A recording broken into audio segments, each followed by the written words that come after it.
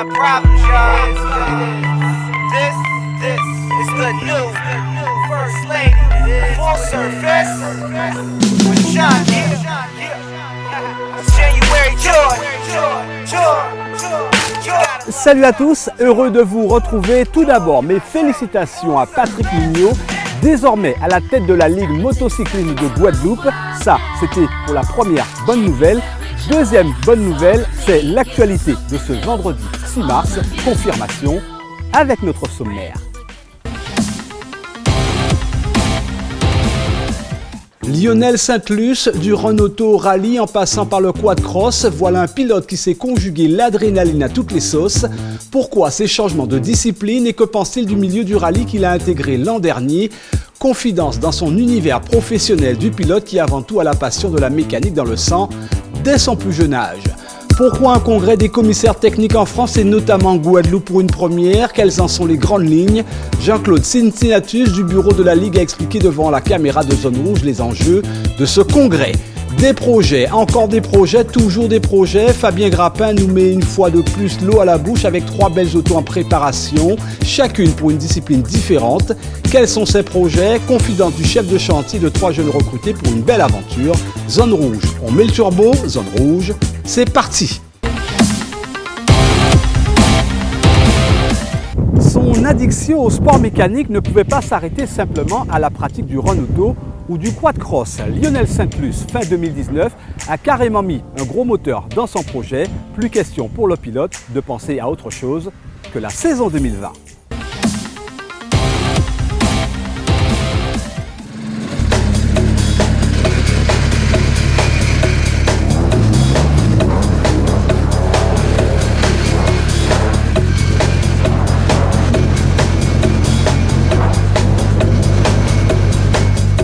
Oui, désormais, une voiture de course entre les mains. Il va falloir vous y habituer, car Lionel Sainte-Luce, fin 2019, a troqué le guidon de son quad cross pour se familiariser à cet univers si enivrant du rallye. Virus très puissant, seule différence, il n'existe pas encore de vaccin pour soigner cette addiction. Comprenez alors que Lionel est craqué pour cette C2R2 Max, ex-Laurent Bouvarlé pour se lancer dans l'aventure. 2 rallyes seulement à son tableau de chasse et déjà un sourire sur le visage qui en dit long. Pour le premier rallye, je suis très satisfait. J'ai appris pas mal de choses parce que c'est une nouvelle expérience, c'est un nouveau challenge, c'est une nouvelle discipline que je découvre. Donc je pense que bon, ça a été tout un plaisir et on était à l'arrivée, donc que demander de mieux. À l'arrivée et au bout du compte avec une 5e place au classement général, excusez du peu. Petit retour en arrière, c'est un mois avant que Lionel Sainte-Luce a précisément effectué ses premiers tours de roue, le volant entre les mains. En mode voiture ouvreuse, il a osé le piégeux rallye Sud-Basse-Terre, expérience unique pour un début musclé avec quelques chaleurs en guise de bizutage.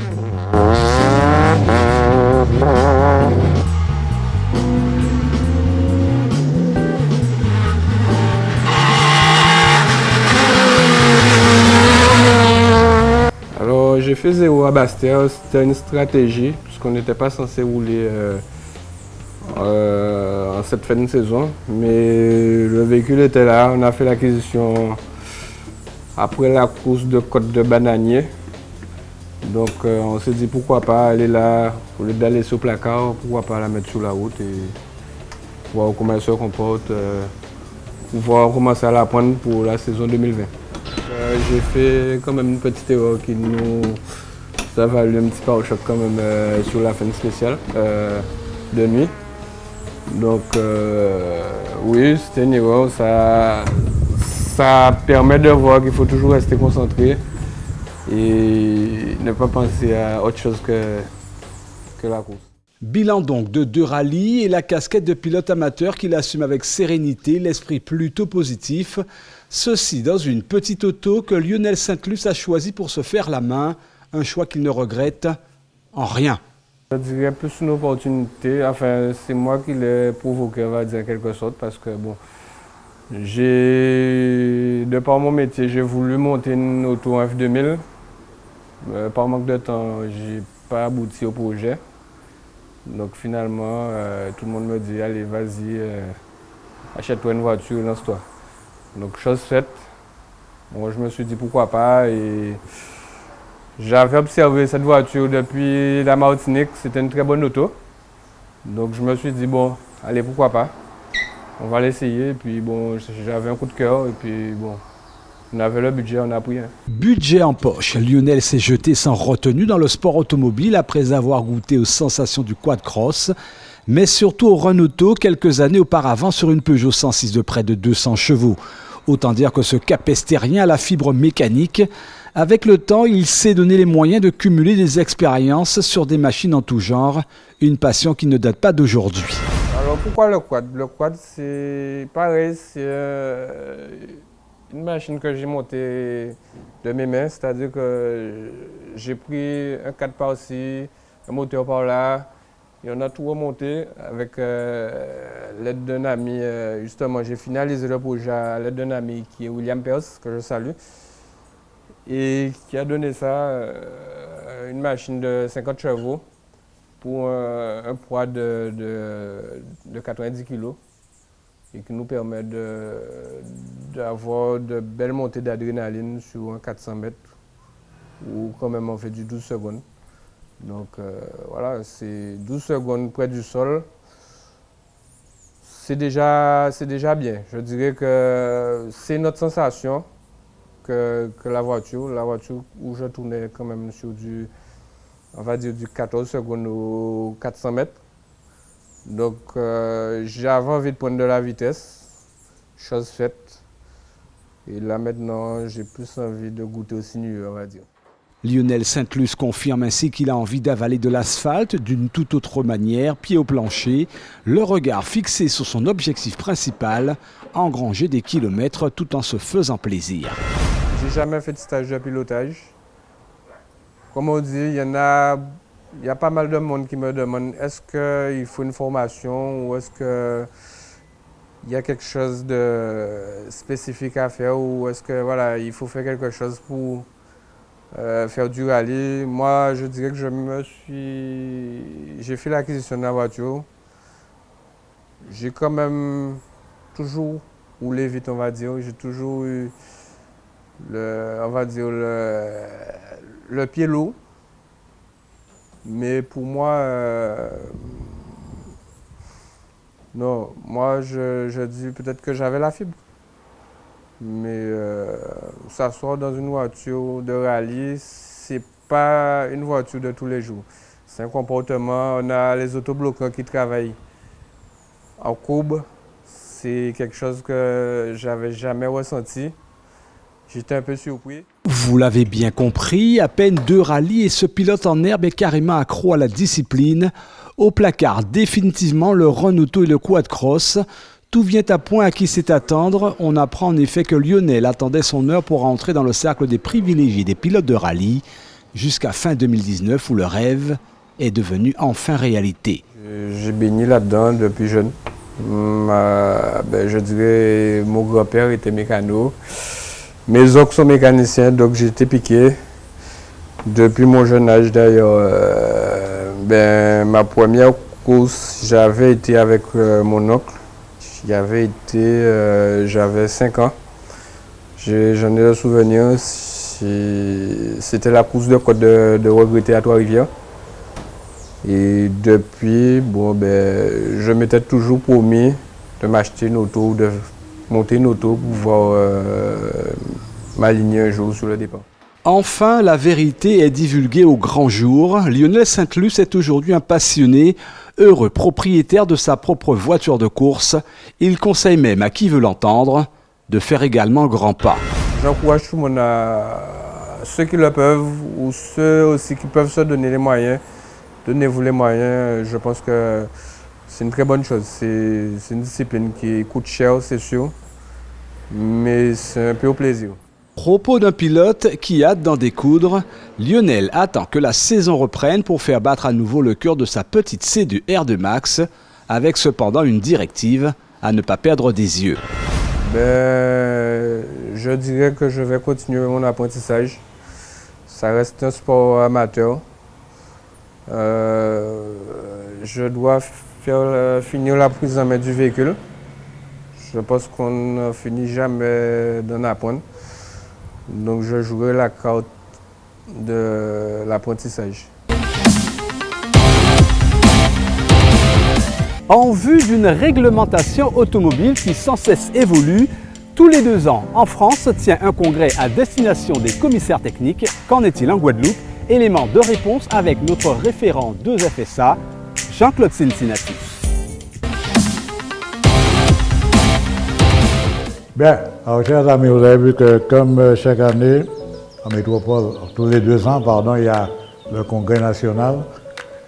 Pour une fois aux Antilles, nous pouvons mettre en place notre propre congrès avec l'aval de la fédération. Je le dis pourquoi, parce que c'est après nous avoir fait confiance, la fédération nous a autorisé en nous donnant tous les documents qu'il faut et bien sûr après une formation à mettre en place notre congrès dans notre ligue. Un congrès dédié exclusivement à la commission technique, plus précisément au commissaire technique. Voilà qui a de quoi rendre fier Jean-Claude Cincinnatus à l'initiative de cette grande messe de la compétition automobile inédite en Guadeloupe. Elle témoigne de la volonté des piliers de la Ligue de passer à la vitesse supérieure, ainsi toujours se mettre à jour et coller parfaitement à cette réglementation qui régit le pôle sport automobile dans sa plus grande complexité. Alors, il faudrait savoir que le congrès, ça veut dire que nous changeons de niveau. Et, il serait anormal qu'il y ait un congrès en métropole et qu'aux Antilles, les Antillais ne peuvent pas en profiter. Donc autour de la Ligue, nous sommes battus pour avoir droit à ce congrès et pour être sûr, pour que nos commissaires techniques soient du même niveau que tout autre commissaire technique de France et de Navarre. Qu'est-ce qu'il y a concrètement au cœur de ce congrès? Qu'est-ce qui doit s'y dégager? Alors c'est la connaissance à fond de la réglementation, voir tout ce qu'il y a sur le plateau du sport automobile et pouvoir y participer en tant que commissaire technique.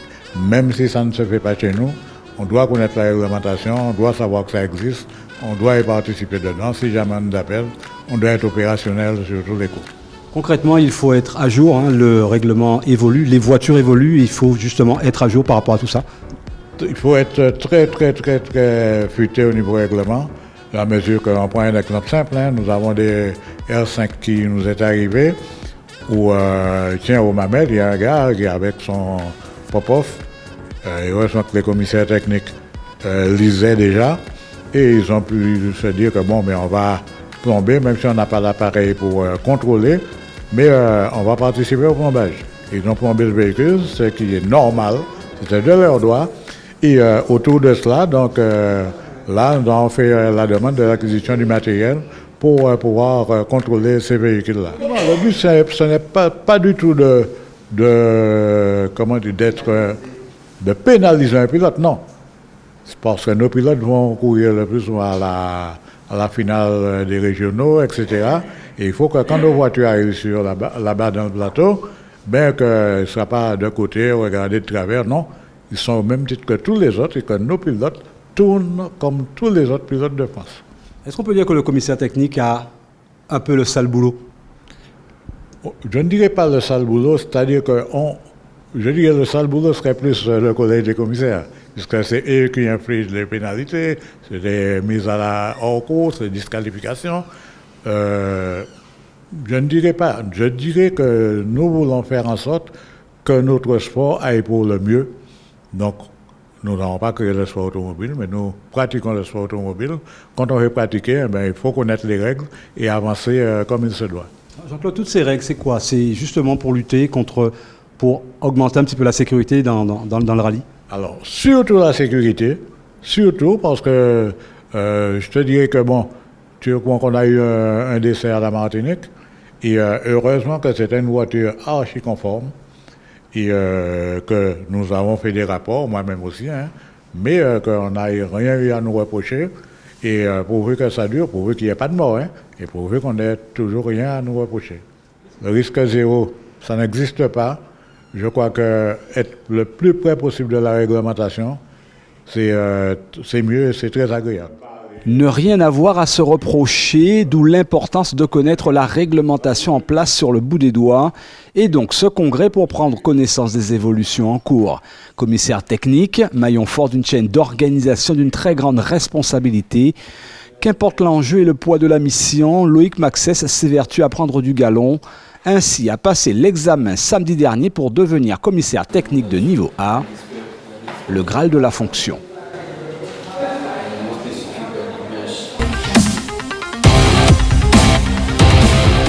Il n'arrêtera donc jamais Fabien Grappin avec une tonne de projets. Mais avouons que ce que vous allez découvrir est plutôt original et plutôt ambitieux. Allez les mecs, on y va, on se lance avec détermination, application surtout, 2G Performance en action. Yes, ça marche. 2G Performance en action, voilà qui a le mérite d'être clair. Cri de guerre pour une équipe visiblement bien motivée à mener à bien un projet. Fabien Grappin, en chef de ligne d'entrée, semble annoncer un nouveau chantier automobile qui en dit long sur les nouvelles priorités du bonhomme. Mais cette fois, la vedette semble échapper à la BMW M2 au profit de 3 autres autos en préparation pour la compétition. Bienvenue dans le QG de Fabien Grappin, transformé pour l'occasion en un véritable laboratoire mécanique. Ben là, actuellement, je suis sur le projet le plus gros, en quelque part, c'est celui du Run. Alors, c'est une Mitsubishi Evo 8 qu'on est en train de préparer pour le 400 mètres départ arrêté. Donc là, on essaie de travailler sur tout ce qui est l'allègement de poids tout en respectant les règles en vigueur. Donc pour ça, on a un cahier des charges à travailler scrupuleusement et on essaie de voir pour être prêt pour fin mars. Le timing est juste, mais tout est possible.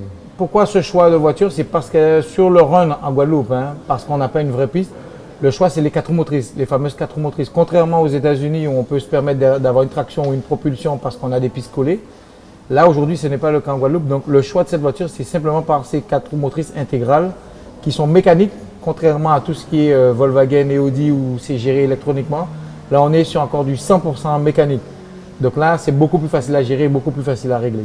Ben, on tourne 100% alcool de canne. Oui, c'est assez nouveau, c'est surtout très peu pas cher et très peu pas polluant. C'est un véhicule qui a fait pas mal de salons écologiques. Oui, je dis bien véhicule écologique. C'est contradictoire. Souvent, on associe la course automobile à très polluant. Non, 2G Performance a montré que c'était possible, une voiture qui relâche de l'eau, qui tourne à l'alcool de canne. 100% alcool de canne. Ben là, je suis en train de remonter la transmission et essayer de voir comment ça passe. On aurait pu la faire monter sur le pont, mais c'est beaucoup plus facile, au lieu de faire monter et descendre le pont, de passer en dessous rapidement et pour pouvoir faire les réglages depuis le haut. De l'autre côté de l'atelier, toute une équipe s'affaire autour du projet numéro 2, la reconstruction d'une auto de rallye. Les visages sont bien concentrés, les mouvements sont dynamiques, bien contrôlés et précis. Kevin et Dylan sont motivés, ardus à la tâche. Ici, on ne regarde pas le temps défiler. Déjà parce que je suis un passionné de voiture depuis tout petit. Et surtout qu'avec Fabien, je l'ai toujours vu faire. Avant, il avait son garage à Grande-Savane. Quand mon papa veut m'emmener le week-end, j'aimais bien voir ses voitures et tout ça. Donc quand il m'a proposé, j'ai tout de suite dit oui. Ça te fait quoi finalement de travailler sur ce type de voiture? C'est un plaisir parce qu'en même temps, on voit qu'il nous transmet sa passion et que c'est un truc qui se passe de génération en génération, c'est l'amour de la voiture. Tout simplement, c'est quelque chose que j'adore beaucoup. Et c'est une grosse opportunité que pas beaucoup de personnes ont. Donc je profite. Aujourd'hui, concrètement, qu'est-ce que tu fais? Aujourd'hui, concrètement, je retire tout ce qui est à l'intérieur pour l'alléger au maximum afin qu'on puisse commencer les préparations pour le rallye. Quand on monte un projet comme ça, on a hâte de voir le résultat final. Pourquoi? Ah oui, parce que quand on voit qu'on a transpiré là-dedans et de voir que c'est fini, ça fait plaisir. Comme vous voyez, ma passion, non seulement elle est pour moi, mais j'essaie de faire profiter au maximum des jeunes qui aiment aussi. Donc moi, on m'a donné l'opportunité, donc je donne aussi l'opportunité. Quand il y a quoi dit son main qu'à la vélote.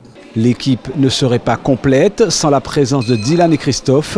Mission délicate pour nos deux bonhommes, le cœur de la Subaru Impreza Groupe A, la motorisation qui devrait friser les 300 chevaux. Je pense qu'on va être prêt dans les temps. D'ailleurs, elle a été démontée en un temps record déjà. En une journée, tout a été démonté. Et après, il suffit de respecter la lettre, la réglementation de la FIA. Et puis, je pense que tout va être en ordre très rapidement. S'il y a vraiment un maître mot, c'est la passion. Parce que je pense que sans passion, comme dans tout domaine de toute façon, sans la passion, je pense qu'on a des difficultés à tenir. Des beaux projets aussi, donc nous sommes toujours partants. Honnêtement, on ne voit pas le temps passer. On est là depuis 9 h, il est quelle heure à peu près? Déjà 1 h, 13 h. On ne voit vraiment pas le temps. On n'a même pas faim, même pas soif. Et voilà. Pour couronner le tout, la petite dernière du projet 2G Performance, une Subaru GT2000 à remettre en état pour le run, avec sous le capot, une originalité à tomber par terre. Bien concrètement, sur cette Subaru, il est prévu de tirer combien de chevaux? Je vous laisse deviner, parce que le moteur est déjà mis dedans et regardez. Affaire à suivre.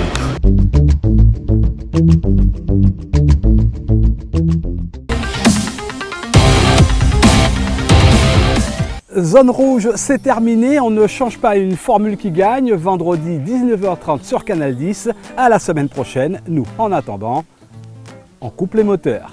Yeah, yeah, yeah.